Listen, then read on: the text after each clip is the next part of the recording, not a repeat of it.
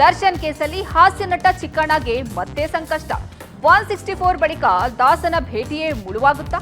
D gang ವಿಕೃತಿಗೆ ಗಾಯದ ಸಾಕ್ಷ್ಯ, ಸ್ವಾಮಿಗೆ ಲಾಠಿ ಏಟು. ದರ್ಶನ್ ಸೂತ್ರಧಾರ ಬಾಸ್ ನಂಬಿ 4 ಆರೋಪಿಗಳ ಒದ್ದಾಟ. ಓದು ಅಂತ ಬೈದಿದ್ದಕ್ಕೆ ಮನೆಯನ್ನೇ ಬಿಟ್ಟು ಹೋದ ಮಗ. ಪಾರ್ಟಿ ಮಾಡಿದ್ದನ್ನ ಪ್ರಶ್ನಿಸಿದ್ದಕ್ಕೆ ಪೊಲೀಸರಿಗೆ ಆವಾಜ್. ಅಪ್ರಾಪ್ತೆ ಪುಸಲಾಯಿಸಿ ಅತ್ಯಾಚಾರಕ್ಕೆ ಯತ್ನ. ನೇಹಾ ಮಾದರಿ ಕೊಲೆ ಬೆದರಿಕೆ. ಎಲ್ಲವನ್ನ ನೋಡೋಣ ಕರ್ನಾಟಕ ಟಾಪ್ 20ಯಲ್ಲಿ. ರೇಣುಕಾಸ್ವಾಮಿ ಮೇಲೆ ದರ್ಶನ್ ಅಂಡ್ ಗ್ಯಾಂಗ್ನ ಕ್ರೌರ್ಯತೆಗೆ ಮತ್ತೊಂದು ಸಾಕ್ಷ್ಯ ಲಭ್ಯವಾಗಿದೆ. ಸ್ವಾಮಿ ದೇಹದ ಮೇಲೆ ಬರೋಬ್ಬರಿ 39 ಗಾಯಗಳು ಪತ್ತೆಯಾಗಿವೆ. ರೇಣುಕಾಸ್ವಾಮಿ ದೇಹದ ಹೊರಭಾಗ ಒಳಭಾಗದಲ್ಲೂ ಗಾಯಗಳಾಗಿವೆ. ದೇಹದಲ್ಲಿ ಆಂತರಿಕ ರಕ್ತಸ್ರಾವವಾಗಿದ್ದು ರಿಬ್ಸ್ ತುಂಡಾಗಿ ಶ್ವಾಸಕೋಶಕ್ಕೆ ಚುಚ್ಚಿರೋದು ಪತ್ತೆಯಾಗಿದೆ. ರೇಣುಕಾಸ್ವಾಮಿಗೆ ಬೆಲ್ಟ್ನಿಂದ ಮಾತ್ರವಲ್ಲ ಪೊಲೀಸ್ ಲಾಠಿಯಿಂದಲೂ ಹಂತಕರು ಹೊಡೆದಿದ್ದಾರೆ ಎನ್ನುವುದು ಹೈದರಾಬಾದ್ FSL ರಿಪೋರ್ಟ್ನಿಂದ ಗೊತ್ತಾಗಿದೆ. ಮೃತದೇಹ ಪತ್ತೆಯಾದಾಗ ಬೆನ್ನಿನ ಮೇಲೆ ಬಾಸುಂಡೆ ಇತ್ತು. ಮರದ ರಿಪೀಸ್, ಬೆಲ್ಟ್, ಲಾಠಿ ಗುರುತುಗಳು ಪತ್ತೆಯಾಗಿತ್ತು. ದರ್ಶನ್ ಬರ್ತ್ಡೇ ವೇಳೆ ಲಾಠಿ ಬಳಸಿ ಅಭಿಮಾನಿಗಳ ಕಂಟ್ರೋಲ್ ಮಾಡೋದಕ್ಕೆ ಇಟ್ಕೊಂಡಿದ್ರು. ಇದೇ ಲಾಠಿಯಿಂದ ರೇಣುಕಾಸ್ವಾಮಿಗೆ ಹೊಡೆದಿದ್ದು ಲಾಠಿಯೂ ಪ್ರಮುಖ ಸಾಕ್ಷ್ಯವಾಗಿದೆ. ದರ್ಶನ್ ನಮಗೆ ಸಹಾಯ ಮಾಡ್ತಾರೆ ಅಂತ ಕೊಲೆಗೆ ಸಹಕರಿಸಿದ್ದ 4 ಆರೋಪಿಗಳು ತುಮಕೂರು ಜೈಲಿನಲ್ಲಿ ಒದ್ದಾಡ್ತಾ ಇದ್ದಾರೆ. ಯಾರೂ ನಮ್ಮನ್ನು ನೋಡೋದಕ್ಕೆ ಬರ್ತಾ ಇಲ್ಲ, ವಕೀಲರು ಸಂಪರ್ಕ ಮಾಡ್ತಿಲ್ಲ ಅಂತ ಕಾರ್ತಿಕ್, ಕೇಶವಮೂರ್ತಿ, ರವಿಶಂಕರ್, ನಿಖಿಲ್ ಜೈಲಲ್ಲಿ ಕಣ್ಣೀರಿಡ್ತಾ ಇದ್ದಾರೆ. ಹೀಗಾಗಿ ಸಿಕ್ಕ ವಕೀಲರ ಬಳಿ ವಕಾಲತ್ತಿಗೆ 4 ಸಹಿ ಹಾಕ್ತಾ ಇದ್ದಾರೆ. ಇನ್ನು ಹೈದರಾಬಾದ್ CFSL ರಿಪೋರ್ಟ್ ಇಂದು ಪೊಲೀಸರ ಕೈ ಸೇರಲಿದ್ದು ಇದೇ ತಿಂಗಳಲ್ಲಿ ಚಾರ್ಜ್ ಶೀಟ್ ಸಲ್ಲಿಕೆಗೆ ಪೊಲೀಸರು ತಯಾರಿ ನಡೆಸಿದ್ದಾರೆ. ಬೆಂಗಳೂರು ನಗರ FSLಗೆ ಸಂಬಂಧಿಸಿದಂತೆ ಎಲ್ಲ ವರದಿಗಳು ನಮ್ಮ ಕೈ ಸೇರಿವೆ. ಅದಕ್ಕೆ ಹೈದರಾಬಾದ್ CFSLಗೆ ಕೆಲವೊಂದು ವಿದ್ಯುನ್ಮಾನ ಸಲಕರಣೆಗಳನ್ನು ಕಳಿಸಲಾಗಿತ್ತು, ಎಲೆಕ್ಟ್ರಾನಿಕ್ ಡಿವೈಸಸ್ಗಳನ್ನು. ಅವುಗಳ ಪರಿಶೀಲನೆ ಕೂಡ ಮುಗಿದಿದೆ ಅಂತ ಹೇಳಿ ಮಾಹಿತಿ ಬಂದಿದೆ.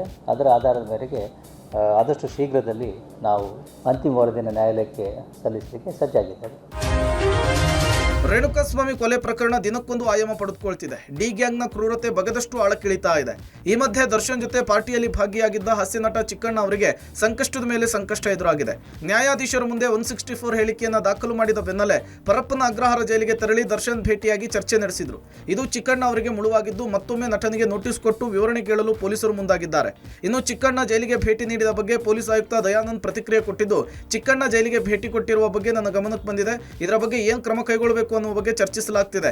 ಕಾನೂನಿನ ಪ್ರಕಾರ ಕ್ರಮವನ್ನು ಕೈಗೊಳ್ತೇವೆ. ಆದಷ್ಟು ಬೇಗ ಕೊಲೆ ಕೇಸ್ನ ಚಾರ್ಜ್ ಶೀಟ್ ಸಲ್ಲಿಕೆ ಆಗುತ್ತೆ ಅಂತ ಹೇಳಿ ತಿಳಿಸಿದ್ದಾರೆ. ಆ ಅಂಶ ನಮ್ಮ ಪರಿಶೀಲನೆಯಲ್ಲಿದೆ. ಅದು ಯಾವ ರೀತಿ ಕಾನೂನಾತ್ಮಕವಾಗಿ ಪರಿಶೀಲಿಸಿ ಅದರ ಮೇಲೆ ಮುಂದಿನ ಕ್ರಮವನ್ನು ಕೈಗೊಳ್ತೇವೆ. ಓದು ಅಂತೇಳಿ ತಾಯಿ ಬೈದಿದ್ದಕ್ಕೆ ಮಗ ಮನೆ ಬಿಟ್ಟು ಹೋದಂತಹ ಘಟನೆ ಬೆಂಗಳೂರಿನ ನಂದಿನಿ ಲೇಔಟ್ನ ಜಯಮಾರುತಿ ನಗರದಲ್ಲಿ ನಡೆದಿದೆ.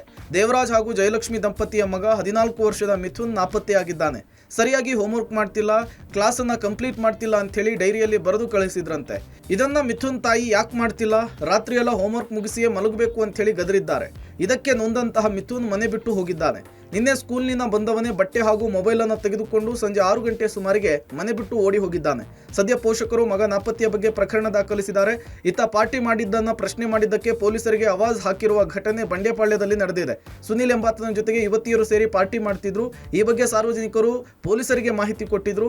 ವಿಷಯ ತಿಳಿದು ಸ್ಥಳಕ್ಕಾಗಮಿಸಿದ ಪೊಲೀಸರಿಗೆ ಸುನಿಲ್ ಆವಾಜ್ ಹಾಕಿದ್ದಲ್ಲದೆ ಪೊಲೀಸರ ಬಟ್ಟೆ ಹಿಡಿದು ಎಳೆದಾಡಿ ಅವಾಚ್ಯ ಶಬ್ದಗಳಿಂದ ನಿಂದಿಸಿದ್ದಾನೆ. ಈ ಘಟನೆಯ ಸಂಬಂಧ ಬಂಡೆಪಾಳ್ಯ ಠಾಣೆಯಲ್ಲಿ ಕೇಸ್ ದಾಖಲಾಗಿದೆ.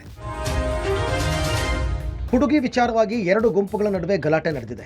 ರಾಮನಗರದ ಯಾಕೂಬ್ ಸರ್ಕಲ್ ಬಳಿ 2 ಗುಂಪಿನ ಯುವಕರು ಮಾರಕಾಸ್ತ್ರ ಹಿಡಿದು ಬಡಿದಾಡಿಕೊಂಡಿದ್ದಾರೆ. ಆಗಸ್ಟ್ 18ರಂದು ನಡೆದ ಘಟನೆ ತಡವಾಗಿ ಬೆಳಕಿಗೆ ಬಂದಿದೆ. ತಾನು ಪ್ರೀತಿಸುತ್ತಿದ್ದ ಯುವತಿಗೆ ಮತ್ತೋರ್ವ ಯುವಕ ಮೆಸೇಜ್ ಮಾಡಿದ್ದ. ಈ ವಿಚಾರಕ್ಕೆ ರೊಚ್ಚಿಗೆದ್ದ ಯುವಕ ಆಕೆಯನ್ನ ಪ್ರೀತಿ ಮಾಡ್ತಾ ಇದ್ದ ಹಾಗೂ ಮೆಸೇಜ್ ಮಾಡಿದ್ದ ಯುವಕನ ಮೇಲೆ ದಾಳಿ ಮಾಡಿದ್ದಾನೆ. 2 ಗುಂಪಿನ ಯುವಕರು ಹೊಡೆದಾಡಿಕೊಳ್ಳುವ ದೃಶ್ಯ ಸಿಸಿ ಕ್ಯಾಮೆರಾದಲ್ಲಿ ಸೆರೆಯಾಗಿದ್ದು ಸಾಮಾಜಿಕ ಜಾಲತಾಣದಲ್ಲಿ ವೈರಲ್ ಆಗಿದೆ. ಐಜೂರು ಪೊಲೀಸ್ ಠಾಣೆ ವ್ಯಾಪ್ತಿಯಲ್ಲಿ ಘಟನೆ ನಡೆದಿದ್ದು ಘಟನೆ ಸಂಬಂಧ ಯಾವುದೇ ದೂರು ದಾಖಲಾಗಿಲ್ಲ. ಬಹಿರ್ದೆಸೆಗೆ ಹೋಗ್ತಿದ್ದಾಗ ಬಸ್ ಚಕ್ರದಡಿ ಸಿಲುಕಿ 5 ವರ್ಷದ ಬಾಲಕ ಸಾವನ್ನಪ್ಪಿರುವ ಘಟನೆ ಬೀದರ್ನಲ್ಲಿ ನಡೆದಿದೆ. ಗಣೇಶ್ ಲಕ್ಷ್ಮಣ ಮೃತ ಬಾಲಕ. ಚಾಲಕನ ನಿಯಂತ್ರಣ ತಪ್ಪಿದ ಬಸ್ ಬಹಿರ್ದೆಸೆಗೆ ಬಂದಿದ್ದ ಬಾಲಕನ ಮೇಲೆ ಹರಿದಿದೆ. ರಕ್ತದ ಮಡುವಿನಲ್ಲಿದ್ದ ಬಾಲಕನನ್ನ ಕೂಡಲೇ ಆಸ್ಪತ್ರೆಗೆ ಸೇರಿಸಿದರೂ ಚಿಕಿತ್ಸೆ ಫಲಿಸದೆ ಬಾಲಕ ಸಾವನ್ನಪ್ಪಿದ್ದಾನೆ. ತುಮಕೂರು ಜಿಲ್ಲೆ ಗುಬ್ಬಿ ಪಟ್ಟಣದಲ್ಲಿ ಬೈಕ್ನಲ್ಲಿ ಹೋಗ್ತಿದ್ದವನ ಮೇಲೆ ಸ್ಕಾರ್ಪಿಯೋ ಕಾರಿನಲ್ಲಿ ಬರ್ತಾ ಇದ್ದವರು ಕೊಲೆಗೆ ಯತ್ನಿಸಿದ್ದಾರೆ. ಬುಧವಾರ ಮನೋಜ್ ಮೇಲೆ ಕೊಲೆಗೆ ಯತ್ನಿಸಿದ್ದ ಶ್ರೀನಿವಾಸ್, ನಾಗರಾಜ್, ದುಷ್ಯಂತ್, ದರ್ಶನ್ ಅನ್ನ ಪೊಲೀಸರು ಬಂಧಿಸಿದ್ದಾರೆ. ಹಣ ಹಣಕಾಸಿನ ವಿಚಾರಕ್ಕೆ 2 ವರ್ಷಗಳ ಹಿಂದೆಯೇ ಮನೋಜ್ ತಂದೆ ನರಸಿಂಹಮೂರ್ತಿಯನ್ನ ಕೊಲೆ ಮಾಡಲಾಗಿತ್ತು. ಆದ್ರೀಗ ಮಗನ ಕೊಲೆಗೂ ಯತ್ನಿಸಿದ್ದು ಆರೋಪಿಗಳನ್ನು ಪೊಲೀಸರು ಹೆಡೆಮುರಿ ಕಟ್ಟಿದ್ದು ಉಳಿದ ಆರೋಪಿಗಳಿಗಾಗಿ ಹುಡುಕಾಟ ನಡೆಸಿದ್ದಾರೆ. ಇತ್ತ ಕೌಟುಂಬಿಕ ಕಲಹ ಹಿನ್ನೆಲೆಯಲ್ಲಿ ಅಜ್ಜಿ ಹಾಗೂ ಪತ್ನಿಯ ಬರ್ಬರ ಹತ್ಯೆ ಮಾಡಿರುವ ಘಟನೆ ರಾಯಚೂರು ಜಿಲ್ಲೆ ಲಿಂಗಸುಗೂರು ತಾಲೂಕಿನ ಮುದಗಲ್ನಲ್ಲಿ ನಡೆದಿದೆ. ದ್ಯಾವಮ್ಮ ಜ್ಯೋತಿಯನ್ನ ದುರ್ಗಪ್ಪ ಕೊಲೆ ಮಾಡಿದ್ದಾನೆ. ದುರ್ಗಪ್ಪ ಸರ್ಕಾರಿ ಆಸ್ಪತ್ರೆಯಲ್ಲಿ ಡಿ ಗ್ರೂಪ್ ನೌಕರನಾಗಿ ಕೆಲಸ ಮಾಡ್ತಾ ಇದ್ದ. ಕೊಲೆ ಬಳಿಕ ಆಸ್ಪತ್ರೆ ಕ್ವಾರ್ಟರ್ಸ್ನಿಂದ ಆರೋಪಿ ಪರಾರಿಯಾಗಿದ್ದಾನೆ. ಅಪ್ರಾಪ್ತೆಯನ್ನ ಪುಸಲಾಯಿಸಿ ಬಲಾತ್ಕಾರಕ್ಕೆ ಯತ್ನಿಸಿದಲ್ಲದೆ ನೇಹಾ ಹಿರೇಮಠಳಂತೆ ಕೊಲೆ ಮಾಡುವುದಾಗಿ ಧಮಕಿ ಹಾಕಿರುವ ಪ್ರಕರಣ ಬೆಳಕಿಗೆ ಬಂದಿದೆ. ರೇವಡಿಹಾಳ ಬ್ರಿಡ್ಜ್ ಹತ್ತಿರ ಅಪ್ರಾಪ್ತ ಬಾಲಕಿಯ ಅತ್ಯಾಚಾರಕ್ಕೆ ಯತ್ನಿಸಿರುವ ಆರೋಪ ಕೇಳಿ ಬಂದಿದ್ದು, ಬಾಲಕಿ ಶಾಲೆಗೆ ಹೋಗುವಾಗ ಅಬ್ಬಾಸ್ ಎಂಬಾತ ಸ್ನೇಹ ಬೆಳೆಸಿದ್ದಾನೆ. ಕೆಲ ಬಾರಿ ಗಾರ್ಡನ್ಗೆ ಕರೆದುಕೊಂಡು ಹೋಗಿದ್ದಲ್ಲದೆ ಶಾಲೆಯಿಂದ ಮನೆಗೆ ಬಿಡುತ್ತೇನೆ ಬಾ ಅಂತ ಹೇಳಿ ಕರೆದುಕೊಂಡು ಹೋಗಿ ಅತ್ಯಾಚಾರಕ್ಕೆ ಯತ್ನಿಸಿದ್ದಾನೆ. ಜೂನ್ 22ರಂದು ಅತ್ಯಾಚಾರಕ್ಕೆ ಯತ್ನ ಅಂತ ಹೇಳಿ ದೂರಿನಲ್ಲಿ ಉಲ್ಲೇಖವಾಗಿದೆ. ದೂರು ನೀಡ್ತಾ ಇದ್ದಂತೆ ಅಬ್ಬಾಸ್ ಬಾಲಕಿಯ ಮನೆ ಬಳಿ ಬಂದು ಗಲಾಟೆ ಮಾಡಿದ್ದಲ್ಲದೆ ಬಾಲಕಿಯನ್ನ ಹಿಡಿದು ಎಳೆದಾಡಿದ್ದಾನೆ. ಈ ವೇಳೆ ನಾನು ನಿಮ್ಮ ಮಗಳನ್ನ ಪ್ರೀತಿ ಮಾಡ್ತಿದ್ದೇನೆ, ನಿರಾಕರಣೆ ಮಾಡಿದ್ದೇ ಆದಲ್ಲಿ ನೇಹಾ ರೀತಿ ಕೊಲೆ ಮಾಡಿಬಿಡ್ತೇನೆ ಅಂತ ಬೆದರಿಕೆ ಹಾಕಿದ್ದಾನೆ. ಸಾರ್ವಜನಿಕವಾಗಿ ಬೆದರಿಕೆ ಹಾಕಿದ ಹಿನ್ನೆಲೆಯಲ್ಲಿ ಬಾಲಕಿಯ ಪೋಷಕರು ದೂರನ್ನು ದಾಖಲಿಸಿದ್ದಾರೆ.